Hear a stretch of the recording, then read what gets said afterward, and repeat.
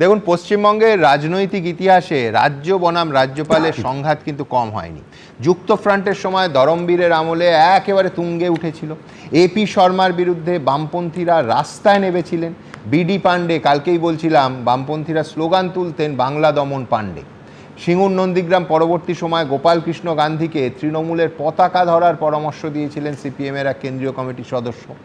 2010 সালে যখন এম.কে. নারায়ণন রাজ্যপাল হিসেবে এলেন, একেবারে দুঁদে পুলিশ কর্তা ছিলেন, প্রাক্তন আইবি চিফ এবং প্রাক্তন জাতীয় নিরাপত্তা উপদেষ্টা ছিলেন, তখন তাকে নিয়ে বামেদের একেবারে স্পষ্ট আপত্তি ছিল। অর্থাৎ আমার পরের বক্তা সায়নদীপ কি মানবে যে কেন্দ্রে বিরোধী সরকার থাকলে রাজ্যপাল নিয়ে সন্দেহ এবং সংঘাত এ রাজ্যে বহু বছর ধরে চলে আসছে, এর একটা ধারাবাহিক ইতিহাস আছে।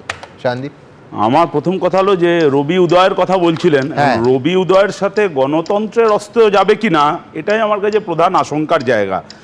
RN রবি বলুন বা জ্ঞানেশ কুমার, সবই বিজেপির পাপেট, যেমন নাচাবে তেমন নাচবে। বিজেপি একটা পরিকল্পনা করতে হয়েছে, জানি না, সম্ভবত একটা আইন আনতে চলেছে, সমস্ত প্রশাসনিক সাংবিধানিক সংস্থাগুলোকে কেন্দ্রীয় সরকার নিয়ন্ত্রণ করবে। এটা তার প্রাক ট্রায়াল কিনা আমি জানি না। আমরা তো নিশ্চিতভাবেই মনে করি, কোনো আমাদের এখানে অস্পষ্টতা নেই, এই রাজ্যপাল পোস্ট এ কোনো অপ্রয়োজনীয়, কার্যত হাতি পোষা। এবং আপনি যেটা বললেন, দিল্লিতে যে সমুদায় থাকে, দিল্লি সরকারের নির্দেশে সেই রাজ্যপাল সেই কাজ করে। এখানে সিভি আনন্দ বোসকে নিয়ে এসেছিল, এখন এই RN রবি তাকে নিয়ে আসার চেষ্টা করছে। কে ভালো দালালি করবে সেই মতন তার দায়িত্ব পালন করার চেষ্টা হচ্ছে। আবার এই মমতা ব্যানার্জি একসময় বামপন্থীদের বিরুদ্ধে রাজ্যপাল পোস্টকে ব্যবহার করেছিল, সেটাও আমরা জানি। আবার এই মমতা ব্যানার্জি যখন বাজপেয়ী মন্ত্রিসভার সদস্য, তখন আবার এই RN রবি সম্ভবত তিনি সিবিআইয়ের একজন গুরুত্বপূর্ণ অধিকর্তা ছিলেন। আবার পুলওয়ামা হামলার সময় এই RN রবি ছিল কিন্তু NSA-র ডেপুটি। সুতরাং অনেকের ইতিহাস আমাদের জানা আছে। মমতা ব্যানার্জি ব্যবহার করেছেন, এখন অমিত শাহ ব্যবহার করছেন। ডিএমকে সরকারের বিরুদ্ধে এই রাজ্যপাল একটার পর একটা অসহযোগিতা করেছে। কখনো রাজ্যপালের লিখিত ভাষণ পড়েননি, কয়েকজন মন্ত্রীকে নিয়ে অনেক বিতর্ক তৈরি করেছেন। মুকুটে অনেক পালক আছে, এবং তার জন্য এই পুরস্কার দেওয়া হলো কিনা আমি ঠিক বলতে পারবো না। এখন নির্বাচন কমিশনারকে যে বিজেপি পকেটের লোক হিসাবে বসাতে পারে, তাহলে কোনো রাজ্যের রাজ্যপাল বসানো তো ওর কাছে একটা সামান্য ব্যাপার, সেটাই করছে। শুধু বিজেপিকে বলছো কেন? যুগের পর যুগ কংগ্রেসের বিরুদ্ধে অভিযোগ উঠেছে যে রাজ্যপাল, এবং তোমরাই তুলেছো, যে একেবারে নিজেদের রক্ষেই সবসময় রাজ্যপাল হিসেবে বসানো হয়। কিন্তু এত কুৎসিত ভাবে, এত সংবিধানকে একেবারে লাটে তুলে দিয়ে এই নির্লজ্জ ক্ষমতা, এটা অতীতে কোথাও দেখা যায়নি। আমি আগেও বললাম যে রাজ্যপাল নিয়ে আমাদের নির্দিষ্ট বিরোধিতা আছে। আর ধরমবীরের সময় ক্ষমতায় কে ছিল? হ্যাঁ, আমরা বামপন্থীরা ছিলাম। যখন ধরমবীরের শেষ ফ্লাইটে চলে যাচ্ছেন রাজ্যপাল হিসেবে, তখনও বামপন্থীরা স্টেশনে গিয়ে সাংবিধানিক পোস্টকে বিক্ষোভ দেখিয়েছিল তার ট্রেনের সামনে, গুটি হিসাবে ব্যবহার করেছে। মমতা ব্যানার্জি যখন বিরোধী নেত্রী তখনও ব্যবহার করেছে, এটাই আমার খুব নির্দিষ্ট কথা। এখন রাজ্যপালকে এই RN রবিকে নিয়ে আসার মধ্যে দিয়ে রাষ্ট্রপতি শাসনের আশঙ্কা, এটাও করতে পারেন করছেন অনেকে। আমরা তো বামপন্থীরা চিরকাল নীতিগতভাবে রাষ্ট্রপতি শাসনের বিরুদ্ধে, কিন্তু এই মমতা ব্যানার্জি, বিজেপি তো ওনার জুতোতেই পা গোলাচ্ছে যে বামপন্থীদের বিরুদ্ধে একাধিকবার বামফ্রন্ট সরকারের বিরুদ্ধে রাষ্ট্রপতি শাসনের কথা বলেছিলেন। কারণ মমতা ব্যানার্জি কখন কি বলবেন এসব ভেবে লাভ নেই। ইনি বললেন যে শ্লীলতাহানির অভিযোগ আছে, ওনার পাশে বসা যায় না, কথা বলা যায় না, রাজভবনে যাওয়া যায় না। আবার এই মমতা ব্যানার্জি ওনাকে হাতে ঘুরি দিয়েছিলেন। আবার জগদীপ ধনখড়ের সময় আপনি বারবার বলেছেন একই কেস, যখন পশ্চিমবঙ্গের রাজ্যপাল, তখন এখানে দেখলাম কুস্তি। আবার বিজেপি যখন ওনাকে উপরাষ্ট্রপতি করলো, তখন আবার দেখলাম দোস্তি। এখন পদত্যাগ করলেন, ধরুন নীতিশ কুমার পদত্যাগ করেছেন, কারণ উনি রাজ্যসভায় যাবেন, মুখ্যমন্ত্রীকে পদত্যাগ করবেন বলে এটা শোনা যাচ্ছে। আবার উপরাষ্ট্রপতি পদে যাবেন বলে জগদীপ ধনখড় এখানকার রাজ্যপাল পোস্ট থেকে পদত্যাগ করেছিলেন। কিন্তু এই সিভি আনন্দ বোস কেন পদত্যাগ করলেন? কেন জগদীপ ধনখড় উপরাষ্ট্রপতি পদ থেকে পদত্যাগ করতে বাধ্য হলেন? কেন জগদীপ ধনখড়কে এখন গ্যারেজ করে দেওয়া হলো? সিভি আনন্দ বোসের এই পরিণতি কেন হবে? এই প্রশ্নগুলো কিন্তু গণতন্ত্র সংবিধানের প্রশ্নে অত্যন্ত গুরুত্বপূর্ণ। মানে তুমি বলছো যে তুমি রাজ্যপাল তোমরা চাও না, কিন্তু রাজ্যপালের পদত্যাগের কারণ জানতে চাও। আছে যখন তো উপায় নেই। কিন্তু এরকম ভাবে একটা সংবিধান স্বীকৃত পোস্টকে অমিত শাহর ইচ্ছা মতন যা খুশি তাই করা যায়, এটা আমরা মনে করি না। যেমন SIR নিয়ে এই অমিত শাহ, বিজেপি বাহিনী তৃণমূলের সাহায্য নিয়ে, আইপ্যাকের সাহায্য নিয়ে এখানে যা খুশি তাই করছে, অমানবিক, দানবীয়। আমি মনে করতে পারি যে, আপনি বলতে পারি দায়িত্ব নিয়ে যে পাড়া দেখে, ভোটার লিস্ট দেখে, ভোটার দেখে, রিজিয়ান দেখে, রিলিজিয়ান দেখে এখানে ভোটারদের নাম বাদ দেওয়ার চেষ্টা হচ্ছে। এবং কিছু কিছু যেমন ঐতিহাসিক ক্ষত মানুষের মনে থেকে যায় না, দ্বিতীয় বিশ্বযুদ্ধ, দাঙ্গা, মন্বন্তর, আকাল, দুর্ভিক্ষ, SIR পশ্চিমবাংলায় এরকম কিছু ঐতিহাসিক ক্ষত তৈরি করবে। আর এই লজিক্যাল ডিসক্রিপেন্সির নামে এই যে অসভ্যতা হয়েছে, তৃণমূলের অফিসাররা, তৃণমূলের রাজ্য সরকারের অফিসাররা অনেকে এই কাজের সঙ্গে যুক্ত ছিলেন। এখন আমার কথা হলো যে নির্বাচন কমিশন তাকে বলির পাঠা বানিয়ে তৃণমূল বিজেপি এই যে মানুষকে টার্গেট করে এবং মানুষকে যেভাবে একটা ভয়ঙ্কর হেনস্থার মুখোমুখি ফেললো এবং ঐতিহাসিক যে ক্ষত তৈরি হচ্ছে, আবার RN রবির মতন একটা লোককে নিয়ে এসে সেই ঐতিহাসিক ক্ষতয় হিটলারের মতন আর একটা ইতিহাস তৈরি করতে চাইছে কিনা আমি ঠিক বলতে পারবো না, সময় হ্যাঁ, কিন্তু আমি একটা জায়গায় আর না বলে পাচ্ছি না, সেটা হচ্ছে যে বিজেপি এবং তৃণমূল তাদের যারা নিয়ন্ত্রণের যে অফিসাররা আছেন তাদের ভুলে SIR এই বিড়ম্বনা হয়েছে, আর নির্বাচন কমিশন কোট আনকোট সায়নদীপ যে বলির পাঁঠা, একেবারে এটা মানতে পারলাম না। আমি যে এলাকায় থাকি সেই এলাকায় 33 জন জেনুইন ভোটারের নাম এই তালিকায় আছে। আমি বলছি তার জন্য নির্বাচন কমিশন দায়ী নয়, দায়ী হচ্ছে তৃণমূল আর বিজেপির অফিসাররা। এই সরলীকরণে আমি বিশ্বাস করি না। আমি একদমই সরলীকরণ করছি না। সংবিধান স্বীকৃত সংস্থাকে বলির পাঠা বানিয়ে নির্বাচন কমিশনই এই কাজ করছে। মানে ও বলতে চাইছে ও বলির পাঁঠা যাকে বলেছে তার হাতেই খড়গটা, অর্থাৎ সে পাঁঠা নয়, খড়গকে বলি দেওয়ার লোক। এইটা বললে আমার কোনো আপত্তির জায়গা নেই। কিন্তু খুব ইন্টারেস্টিং একটা এই মুহূর্তে সমাজ মাধ্যমে খুব সরাসরি খবর আসে তো, যে প্রাক্তন গোয়েন্দাকর্তা এই রবিকে এক্স স্যান্ডেল পোস্টে DMK রাজ্যসভার সাংসদ P. উইলিয়ামস খোঁচা দিয়ে বলছেন যে আপনি যেখানেই যান সংবিধান, গণতন্ত্র, যুক্তরাষ্ট্রীয় কাঠামোর ক্ষতি করেন। বাংলায় তৃণমূল সমর্থক বন্ধুদের জন্য আমার খারাপ লাগছে। অর্থাৎ হাঁপ ছেড়ে স্ট্যালিন এবং তার পার্টি বেঁচেছে, তার কারণ এবার রবি উদয় হয়েছে পশ্চিমবঙ্গে তৃণমূলের ওপর, তাই তো?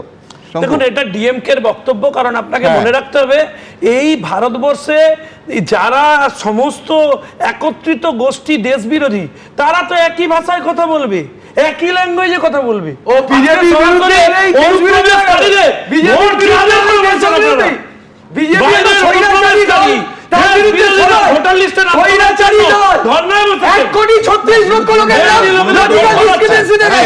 আমি যে গুণগত তফাৎ, ওখানে ব্যাড এক্সপিরিয়েন্স ছিল, রাজ্যপালকে নিয়ে DMK এর খারাপ অভিজ্ঞতা ছিল, খারাপ অভিজ্ঞতা রিফ্লেক্ট আপনি পেলেন তাদের হতে পারে, কিন্তু তার না আমি বলছি তার বক্তব্য আমরা তো জানি না।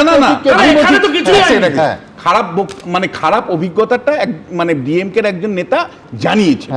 পশ্চিমবাংলায় আবার উল্টো, যেখানে রাজ্যপালের সম্পর্কে খারাপ অভিজ্ঞতা ছিল তার উচ্ছ্বসিত প্রশংসা কার্যত আমরা দেখতে পাচ্ছি। ফলে আমি রাজনীতিটাকে কি করে রিড করবো একজন বিশ্লেষক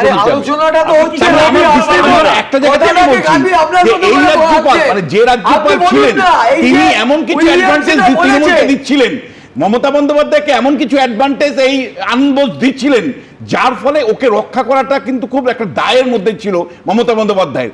আমার তিনটে কারণ পরিষ্কার মনে হয়েছে। একটা হলো যে এই রাজ্যপাল যেহেতু বিরোধীদের সাথে সম্পর্ক ছিল না, ফলে বিরোধীরা রাজভবনকে ব্যবহার করতে পারেনি, যেমন করে মমতা বন্দ্যোপাধ্যায় ব্যবহার করেছিলেন যখন গোপাল কৃষ্ণ গান্ধী রাজভবনে ছিলেন, বা শুভেন্দু অধিকারী ব্যবহার করেছিলেন। হ্যাঁ, শুভেন্দু অধিকারী ব্যবহার করেছিলেন, বিরোধীদেরকে আইসোলেট করতে পেরেছেন, রাজ্যপালকে বিরোধীদের থেকে আইসোলেট করতে পেরেছেন, এটা অ্যাডভান্টেজ নাম্বার 1। 2 নম্বর হলো এই রাজ্যপাল সেই রাজ্যপাল যাকে আমি অলরেডি একটা ফ্রেমে ফেলে দিয়েছি, যার বিরুদ্ধে অভিযুক্ত করে ফেলেছি, তাকে আমি যদি মানে এই ফাইলগুলো সই করতে বলেছি, ধমাধম একদিনে ফাইল সই করে দিয়েছে, আপনার মনে থাকতে পারে, তাই নিয়ে খবর হয়েছিল।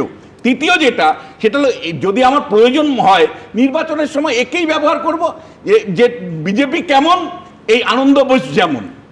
আচ্ছা, বেশ, মানে ঘুরিয়ে ফিরিয়ে উনি তৃণমূল কংগ্রেসকেই শেষ করতে পারছেন না। একটা অস্বাভাবিক অবস্থা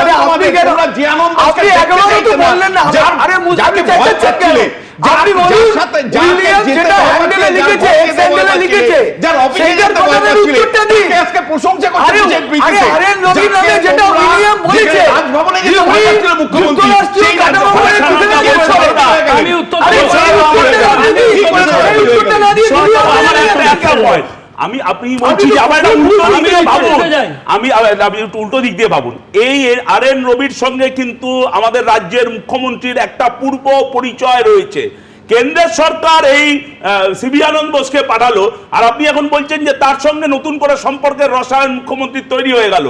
তাহলে কি এটা পুরনো থেকে একটা সেটিং এর মধ্যে দিয়েই কাজ করছে, আর নাকি তার থেকে আরো বেশি নির্ভরযোগ্য হলো এই যে আর এন রবিকে পাঠালো? আমি বলছি সময় বলবে, আমরা বলতে পারবো না। শঙ্কু উত্তর দেবে। আমার একটাই কথা বলার থাকে, আজি এ প্রভাতে রবির কর কেমনে পশিল প্যানের পর। হ্যাঁ শঙ্কু।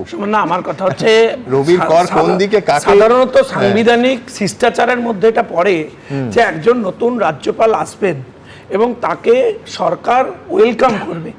এখানে প্রথমেই আমি আপনাকে গ্যারেন্টি দিচ্ছি, যে কোনো রাজ্যপালের নামই কেন্দ্র প্রস্তাব করুক না কেন, মমতা বন্দ্যোপাধ্যায়ের সিঙ্গেল পয়েন্ট এজেন্ডা হচ্ছে কেন্দ্র বিরোধিতা করা। সে রাজ্যপাল হন, কেন্দ্রীয় যে কোনো এজেন্সি হন, নির্বাচন কমিশন হন, এটাই ওনার এই পলিসিতেই উনি নির্বাচন লড়তে চান। তাই সে কারণে যতদূর যেতে হয় তাদের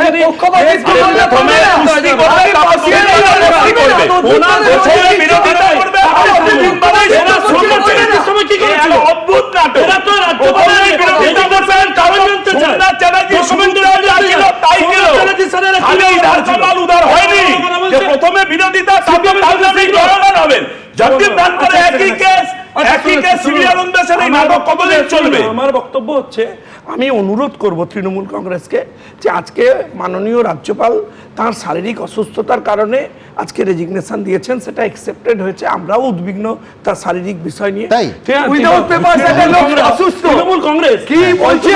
অনেকে আর কত সাপিয়া মান যাবে? বললেন যে রাষ্ট্রপতিকে অভ্যর্থনা জানাতে যাবে, ব্যবস্থা করুন। হ্যাঁ, না, আমি বলছি, বৈষ্ণবদা, একটা জায়গা আপনার মানতে হবে।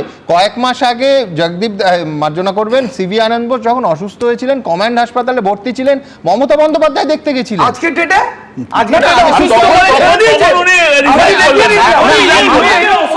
আমি বলছি, দেখুন, আমি আপনার সঙ্গে একমত।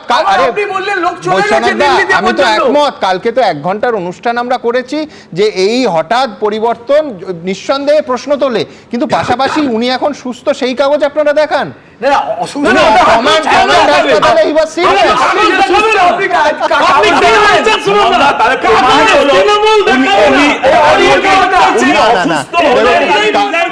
কাগজ কারুর, এটা ব্যক্তিগত পছন্দ। সুতরাং আমি বলছি তিনি স্বাস্থ্যের কারণে পদত্যাগ করতে পারেন। সেখানে কোথাও কোনো আইনে নেই যে সংবাদ মাধ্যম বা কোনো রাজনৈতিক দলকে তাকে স্বাস্থ্য সংক্রান্ত কাগজ, অত্যন্ত গোপনীয় কাগজ, সে সামনে দেখানোর কোনো প্রয়োজন নেই।